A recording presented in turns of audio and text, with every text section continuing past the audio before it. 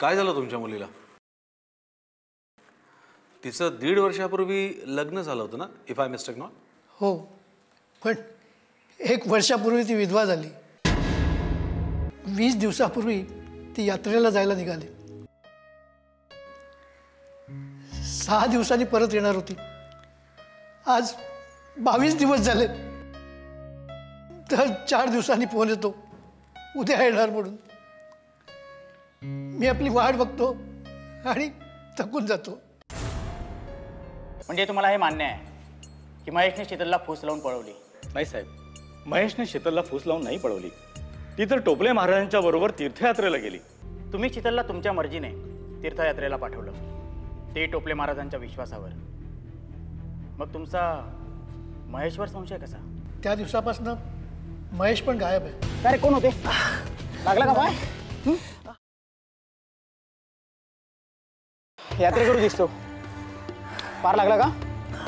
काय पाणी वगैरे हवंय? नाही, नको.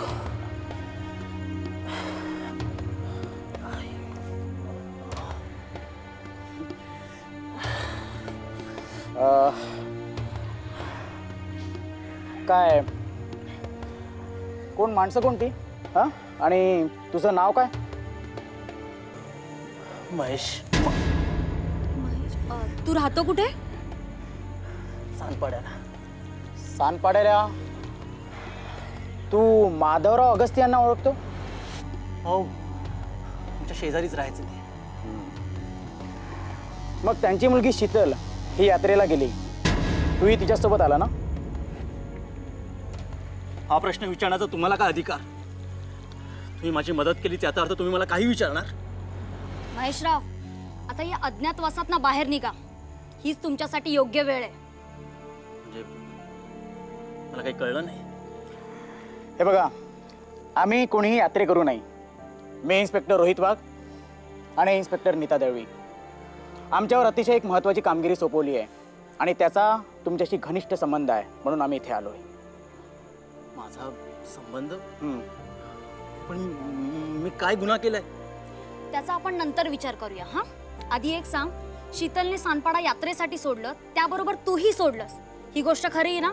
हो, पण हा काय गुन्हा झाला का? तुम्ही फक्त गुन्ह्याबद्दल बोलणार आहे का? आणि तसं असेल तर एका मुलीला फूस लावून पळवणं हा सगळ्यात मोठा गुन्हा आहे. तसं असेल ना तर आधी त्या टोपले महाराजांना अटक करा. टोपले महाराज? हो, त्यांनी शीतलला घराबाहेर आणली. हो, मी फक्त तिला सावध करण्याचा प्रयत्न केला. हो, पण मग हे सगळं तू शीतलसाठी का केलंस?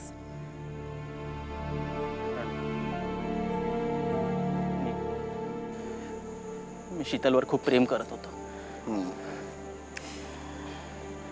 आणि टोपले महाराज नसते ना तर आमचं कदाचित लग्नही झालं असतं. ते माहिती आहे आम्हाला, ते कळलंय. पण एवढाच राग आहे महाराजांवर? तुम्हाला काय सांगू इन्स्पेक्टर साहेब, तिचं दुसऱ्याच एका मुलाबरोबर लग्न झालं आणि वर्षभरातच ती विधवा झाली. मला तेव्हा वाटलं की माझं प्रेम खरं आहे, मला मला आता तिच्याशी लग्न करता येईल. पण नाही, टोपले महाराजांनी तिच्यावर अशी मोहनी केली होती की ती माझा तिरस्कार करू लागली होती. त्या टोपले महाराजांविरुद्ध काही बोललो ना तर तिला राग यायचा. आणि ते टोपले महाराज तिला तीर्थयात्रेला घेऊन जायला निघाले. मी ठरवलं की त्यांचा पाठलाग करायचा, म्हणून मी तिरुपती, त्र्यंबकेश्वर, टिटवाळा आणि आता इथे शहाडला आलो. अच्छा.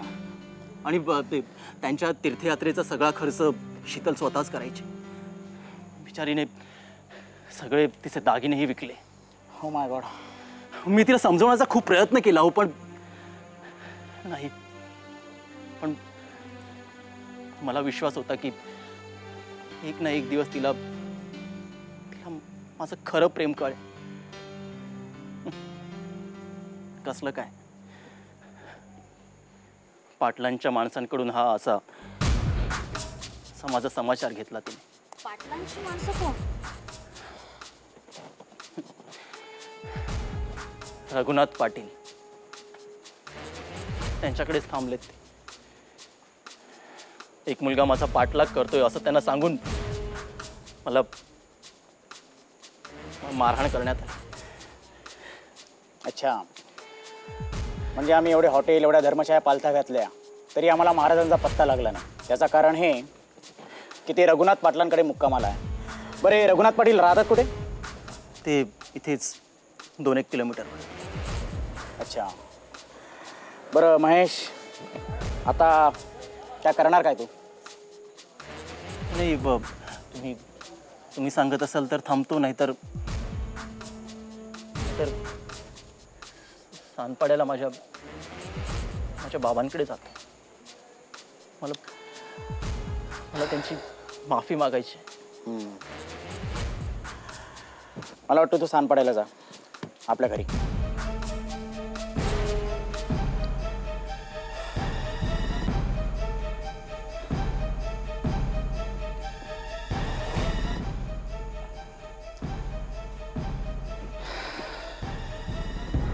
काळजी घे. पाटलाचं काय करायचं आम्ही बघतो.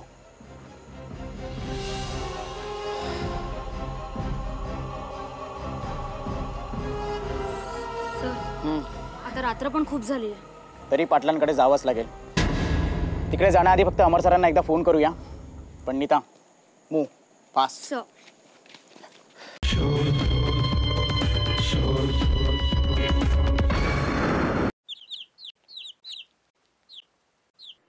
अरे रोहित, पत्ता काय बाबा तुझा? काही धागेदोरे मिळाले का?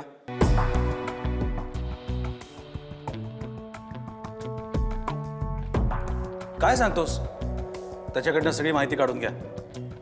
गुड. तुम्ही त्यांच्या वाड्यावर जा, तिथे तुम्हाला बरीचशी माहिती मिळेल, धागेदोरे मिळतील, काही ना काही पुरावा मिळेल तिथे.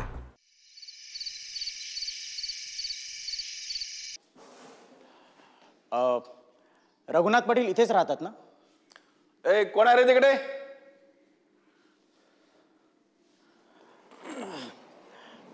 नमस्कार.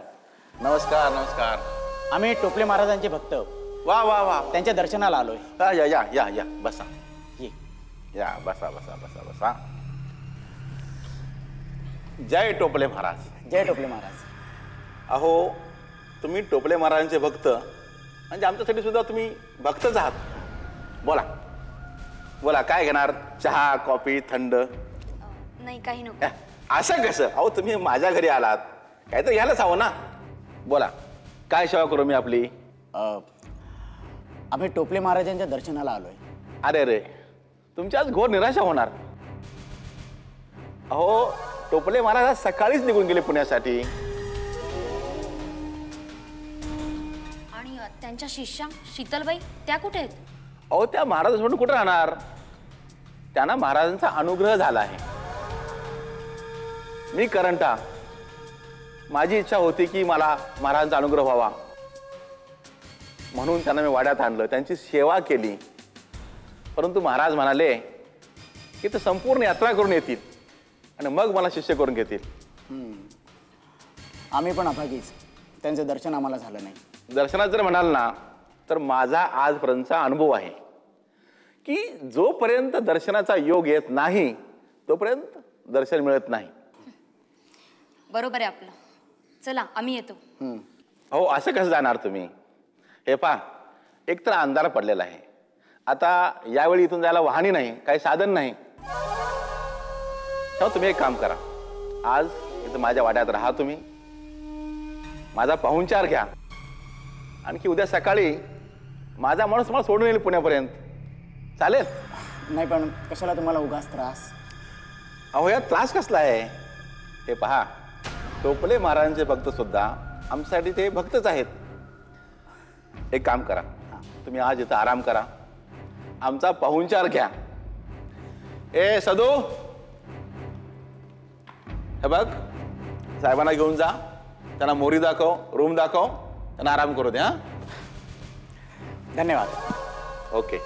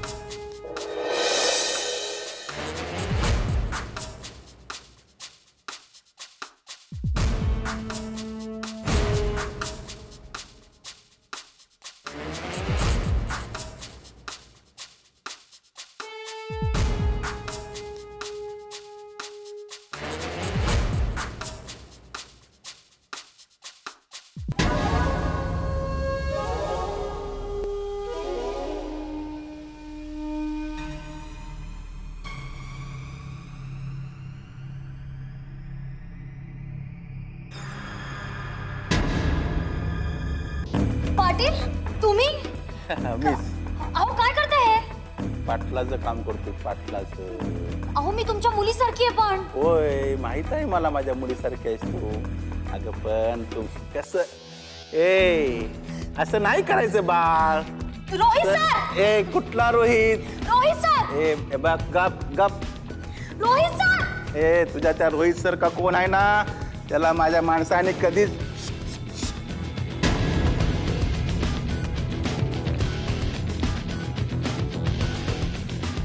आता नाही, आता नाही, आता गप गप, बैस बैस बैस बैस बैस, गप गप बैस बैस, गप गप बैस. नीता? हा नीताचा आवाज आहे. इथंच थांब. जास्त हुशारे केले ना तर तुकडे तुकडे करून टाकीन. ए कसले तुकडे रे? हा काय? चल चल चल. ए पाटील, काय काय चाललंय? हा काय करतोय? बंदूक बंदूक? हा आता धाबेत आणले ना तुझे? कोण आहे तुम्ही? कोण आहे? मी इन्स्पेक्टर रोहित वाघ आणि इन्स्पेक्टर नीता दळवी. काय करतो रे? काय करतो? काय करतो? काय करतो? हा पाटील की? हा म्हणजे पाटील तुझा दाखवत होता काय रे? काय? हा पाटील पाटील की? पाटील की? सोडा. काय साहेब साहेब साहेब साहेब साहेब साहेब काय काय सोडा तुला? साहेब साहेब मला माफ इज्जतीवर करा. हात टाकतो? साहेब साहेब इकडे इकडे. साहेब साहेब इज्जतीवर कुणाच्या हात टाकतो तुला? साहेब साहेब कुणाच्या हात साहेब टाकला? साहेब मला माफ करा. माफ साहेब करा? साहेब मी काय नाही केलं केलं साहेब. तू? आणि मी खून नाही केला साहेब. मी खून नाही केला साहेब. मी नाही केला. अहो ते चुकून घडलं साहेब. पाटील, काय बोलता? माझ्याकडे साहेब चुकून घडलं साहेब. खरं बोला, खरं. होय. खून? कोणाचा खून? कोणाचा खून? ते या ये. या. चल चल चला. काय कुठे? ते बघा साहेब.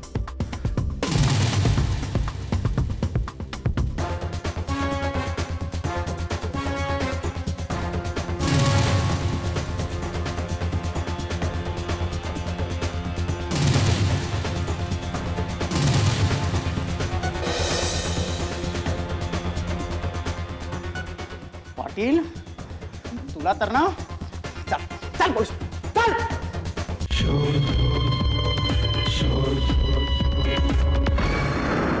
रघुनाथ पाटील, तुमची भक्ती, शक्ती, युक्ती आता सगळी रसातळाला गेली आहे.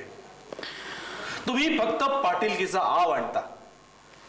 कारण पाटलांकडे असलेली माणुसकी तुमच्यात नाही. तुम्ही गुरुभक्तीचं फक्त सोंग घेऊ शकता, कारण खरी भक्ती म्हणजे काय हे तुम्हाला ठाऊकच नाही. एका विधवेचा आणि एका देव माणसाचा खून करताना लाज नाही वाटली तुम्हाला? काय केलं सांगा. साहेब, माझी बुद्धी भ्रष्ट झाली होती. पण साहेब, मी महाराजांचा खरा भक्त होतो. त्या दिवशी महाराजांना आणि शीतलला घ्यायला मी गेलो होतो साहेब. त्यांना मी वाड्यावर यायचं निमंत्रण दिलं. त्यांनी ते मान्य पण केलं. साहेब, तेव्हा त्यांनी मला सांगितलं की एक मुलगा शीतलला परेशान करतोय, त्रास देतोय. साहेब, मग मी माझ्या माणसांना पाठवून त्याला चांगला धडा शिकवला. साहेब, महाराज आणि शीतल माझ्या वाड्यात आले. छानसं जेवण झालं. ते माझ्याच वाड्यावरती राहिले. पण साहेब, मी जेव्हा शीतलला पाहायचो, माझ्या मनात एक ठिणगी उठायची. आणि त्या दिवशी रात्री मी शीतलच्या रूम मध्ये गेलो.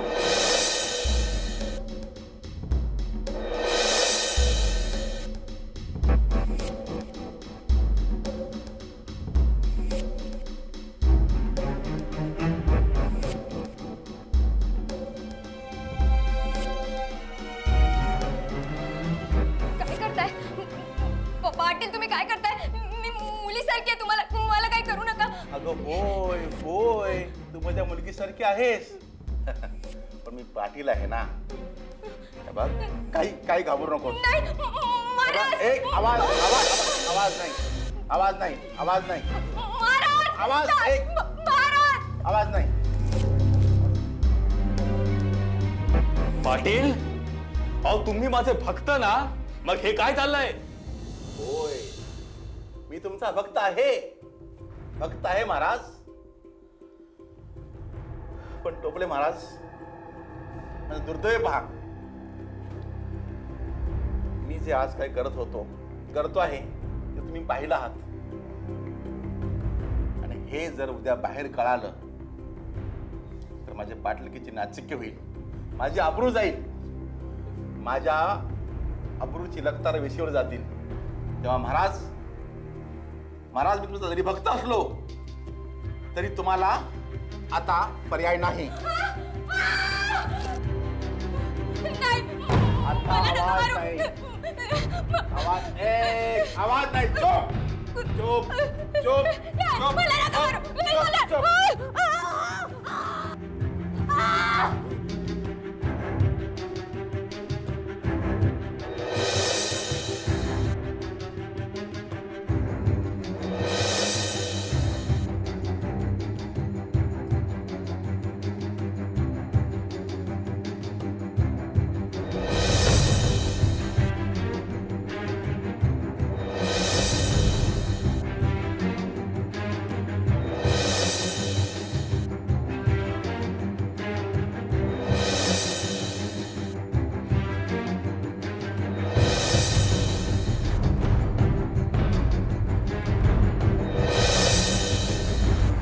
शीतलवरती जबरदस्ती करायचा प्रयत्न केला.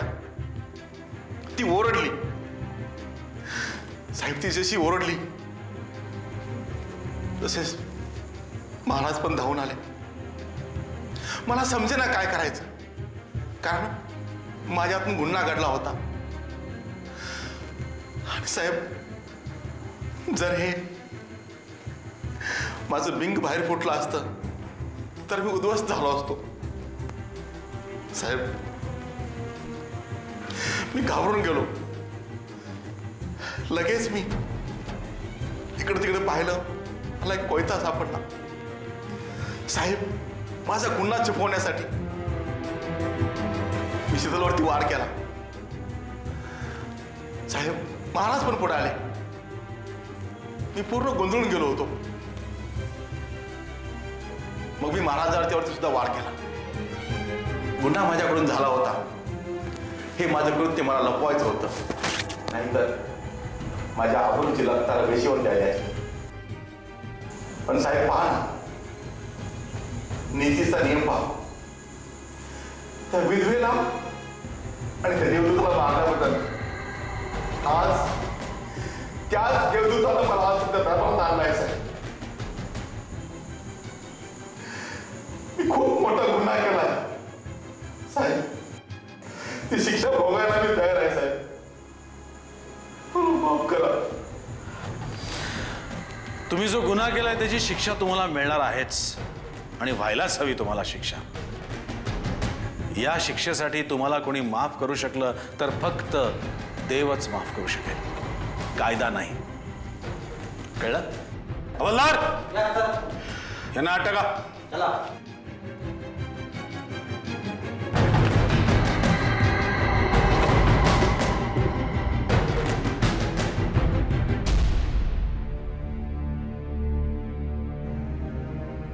माधवरावांना कळवायला हवं. समाज जागृत असेल तर गुन्हे घडण्यालाच आळा बसू शकतो.